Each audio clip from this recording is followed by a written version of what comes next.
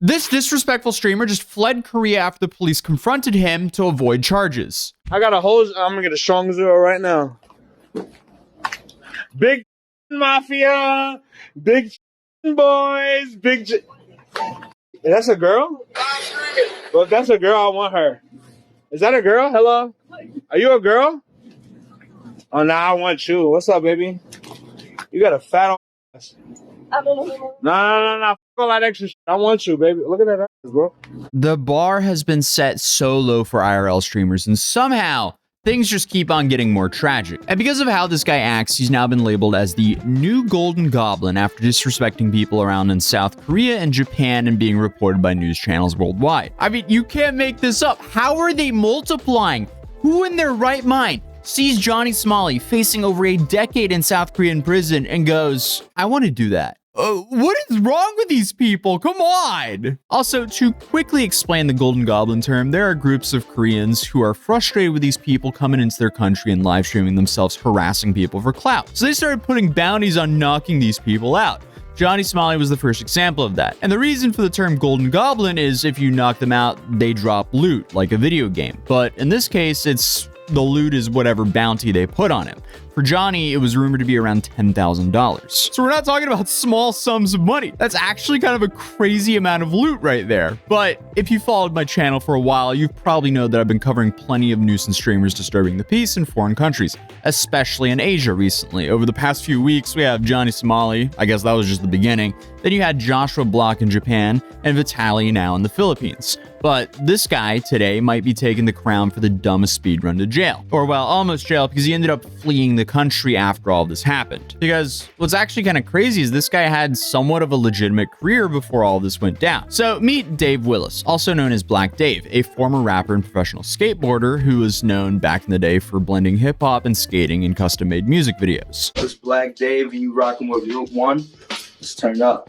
New York City, we in this, UK. Let's go. In 2012, he dropped a song called Black Donald Trump and joined a hip-hop/punk crew called Black Punk, in which he stayed a member until 2016 when Dave announced that he would no longer be making rap music. I put on my Instagram that I lost motivation to create rap music. I feel like I'm just creating music for what people want to hear and not for who I am and really what I want to put out there. Fast forward a couple of years and he became a New York-based influencer and YouTuber. He gained most of his traction on Instagram, where he had most of his followers, but over time he's given quite a few interviews on podcasts and other media vehicles, primarily for his skateboarding, rapping, and his role in New York City. I mean, he was even trusted enough that No Jumper chose him to interview Ice Spice in 2022. So it's safe to say Black Dave had somewhat of a niche carved out for himself, not only by the audience, but also by his colleagues. However, if that was all, and his story stopped there, we wouldn't really be talking about him here on this channel. So what happened? How do we go from interviewing major artists to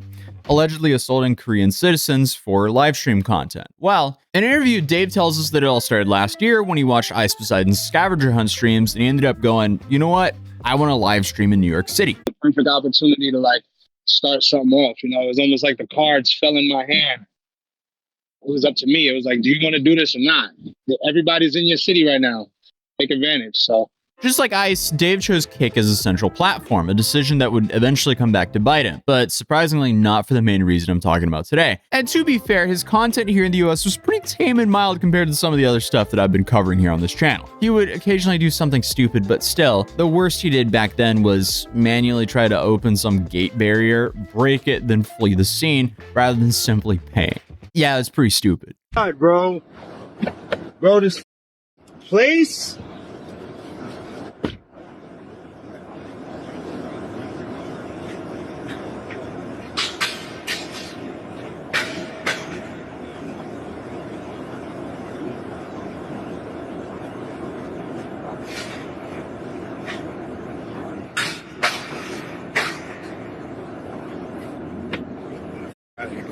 Get me out of here. Get me out of here. Get me out of here. Get me out of here. Get me out of here. Get me out of here. Get me out of here. Get me out of here. Get me out of here. Right now. Get me out of here. Get me out of here. Get me out of here. Get me out of here, bro. Why, dude? Why? And why live stream yourself doing it? Well, then you had a clip where he got arrested for parking his bike in front of a small grocery store. Hi.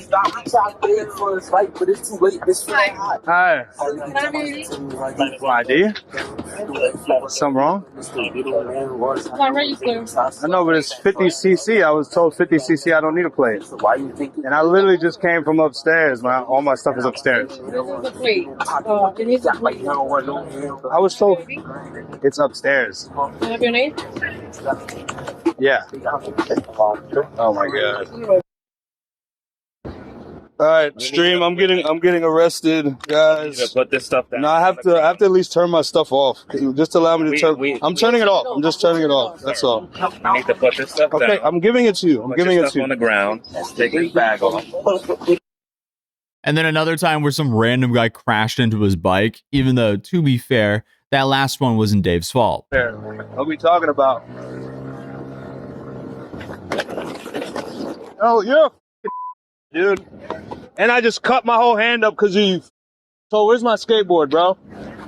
Where's my shit at, bro? What? You're an idiot, dude. What you mean? You just fucking ran the light. What do you mean? I was waiting this way. Go ahead.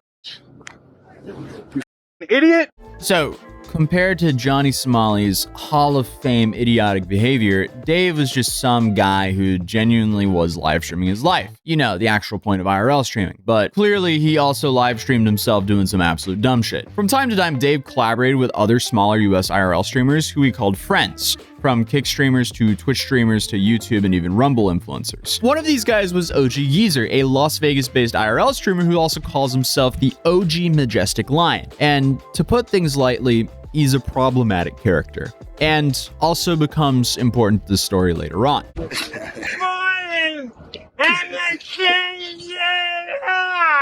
But more recently, he got in touch with Ice Poseidon himself, a guy who admittedly inspired Dave in the first place and basically is the grandfather of IRL streaming, even though he's had his fair share of absolute moronic moments throughout his career. And when Ice went out to Japan to live stream 24/7, Dave was one of the characters who started showing up in those live streams. And at first, things seemed to be okay. Dave really wanted to distance himself from the nuisance streamer title, and even made a point to go to the actual comfort statue and pay his respects, because he wanted to demonstrate that he actually respected the Koreans and their culture. Here, I'm here to give peace, love, and show respect for this statue and what it represents. We are not nuisance streamers. We show love, we show peace, and respect. Even though I couldn't find a clip of Dave being a part of CX, which is Ice Poseidon's group, or interacting with the guys before the trip to the Asian countries, Dave clearly stated his loyalty to his colleagues, especially when he defended Ice Poseidon when some fan kind of pressed him. Ice Poseidon. Yeah! Yo, are you friend of Johnny Somali? No, he's not. He's not. Why you said that, though? No, that motherfucker. Not, though. That motherfucker's going to jail. Okay, so why you touching He's going to jail. You ain't got to touch nobody, though. You good, I bro? ain't touching you, bro. You just touched him, though. I'm just drunk. You good, though? Back up, I'm though. trying to make friends, bro. Are you a fan? Are you a fan of Ice? Yes. So show love, bro. I am. Hey, bro. All right, bro. Come cordial. Respect. Don't come like, are you a friend of Johnny Somali? Sound like you trying to press, bro. No, relax, bro. You good, bro. The drama. And you a little swole, bro. So we gotta watch out for you, bro. All right. But you understand the drama, though. Johnny Somali, what now? Johnny Somali, what now? He's about to run. Okay. Okay, so while that's good and all, here's the thing about claiming that you're not a nuisance streamer. Your actions kind of have to back that up as well. And the problem is, Dave's actions speak way louder than his words, and his actions in Korea and Japan tell a very different story from what he initially said. For example, when he started following a woman around a convenience store in Japan being an absolute waste of space in society. I got a hose. I'm gonna get a strong zero right now. Big Chin Chin Mafia. Big Chin Chin boys. That's a girl? Well, if that's a girl, I want her. Is that a girl? Hello? Are you a girl? Oh, nah, I want you. What's up, baby? You got a fat old ass. No. F all that extra shit. I want you, baby. Look at that ass, bro. I want that, bro. She thick as hell, bro. I like thick Johns, bro. No. F all that extra shit. Let me get your number.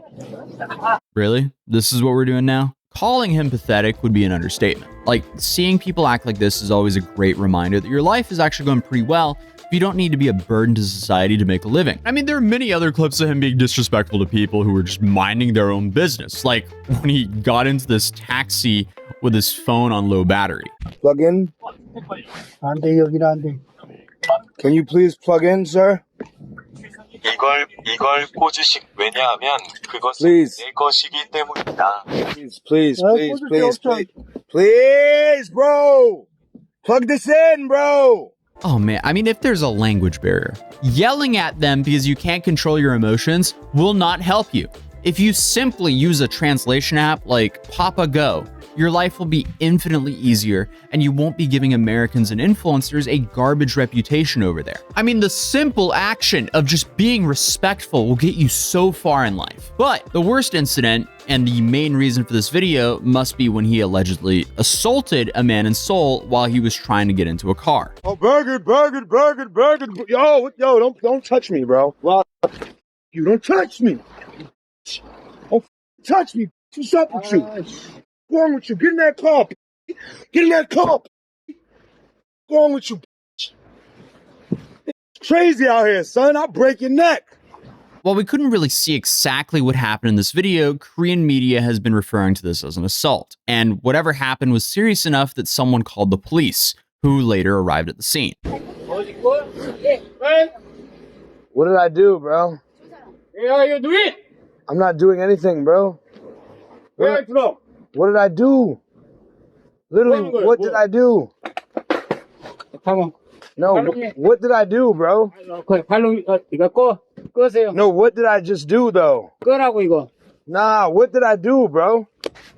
I'm literally trying to go home, bro. Okay. I'm going home, bro. Home, I will know. No, I'm trying to go home. Let me go home, bro. Let me go home, bro. Please. Let me just go home, bro. Please. I'm going home. So this interaction was pretty similar to the first interactions that Johnny Somali had with the police in Korea. They didn't really have enough to arrest him, but it was clear that they started investigating him. And some Twitter users wasted no time in calling Dave the new Golden Goblin. And just like what happened with the original Golden Goblin, the Korean news channels were all over this. A video recently surfaced on an online community showing a foreign YouTuber assaulting a pedestrian during a live broadcast in Korea. The YouTuber, identified as rapper Black Dave, appeared to have been reacting to the pedestrian parking his car on the sidewalk. In the footage, the YouTuber suddenly approached a man who was about to enter his vehicle, punched him in the face, and insulted him. The victim staggered, visibly shaken by the totally unexpected attack. While his actions may be seen as vigilante justice by some, violence is never justifiable or condoned in the country's criminal justice system and will most likely result in the perpetrator being prosecuted. The situation was particularly dangerous as the victim was wearing glasses, which could have led to more severe injuries. So after all these reports blew up, Dave, I guess, learned something from the Johnny Somali incident and got up and fled the country. He was out of there so fast after that happened. He clearly was like, I am not spending a decade in jail here. I'm not going to be caught up in some legal limbo situation for the next year. So he just bounced right back to the US. And then after he got back to the US, he made a response video to this. So I appreciate Korea so much. In the future, I'm going to learn from my mistakes and learn how to move better. I believe at the end of the video, I reacted in a way that I shouldn't have. I got very angry and I reacted verbally. But again, I did not lay a hand on that gentleman and he did not lay a hand on me. Kick has already had a lot of bad publicity with Johnny Somali, and I want to let people know I'm not a Johnny Somali 2.0. I don't respect him. I don't want to be like him. So it's unfortunate that I'm being compared to him. I just got a little carried away, just trying to be funny, you know, just trying to make a joke out of this man's situation. So look, he tries to open the door. He can't get in. I was just walking by and saw that. As soon as he looks at me, is when it happens. Yo, don't. You see his hand.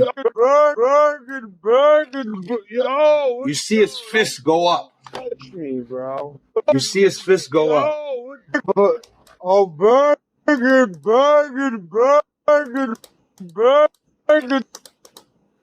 You see his hand go up. That's when the camera goes out of focus. This is his hand right here.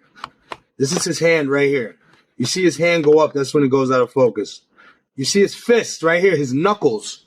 That's his knuckles. They tried to put this clip before it to make it seem like I'm getting paid to do this, or I'm getting subs and doing this for subs. It was two completely separate moments. I mean, that could also just be him flinching from you running up in his face because he didn't do anything to provoke you to get that close. But either way, I don't know. It's hard to say when you don't have a better angle. But despite the public disturbance, his passage through Korea and Japan went relatively smooth. Even after things got a little bit more serious for him, but even if he managed to escape his potential repercussions in Korea, it's safe to say his actions started catching up to him. Because just a few days later, when Dave was already back in New York, he got into a fight with his old friend, OG Geezer, who we briefly mentioned earlier. And since he was broadcasting everything when it happened, he immediately got banned on Kick. OG Geezer was also live on YouTube and Rumble then, but his channels weren't affected on either platform. So I guess that's really it. That's where the story ends, at least for now. As of recording this video, Dave is still banned on Kick, not for allegedly assaulting someone in Korea, but for that incident of fighting OG Geezer in some apartment in New York. I feel like the most unreasonable thing about this whole story is these guys watch Johnny get into some serious legal trouble for everything he's done in Korea in the last few months, and then turn around and go and do the exact same thing. I guess the only thing he learned from Johnny was as soon as he got into some serious hot water, he bounced before it was too late. But either way, just acting this ignorant is pathetic at this point. And all while trying to explicitly distance themselves from the image and insisting that they're not nuisance streamers. If you're not a nuisance streamer, don't act like one. Because come on, the irony is pretty painful with this one. But other than that, feel free to subscribe if you're new here, and I'll see you guys in the next video. Peace.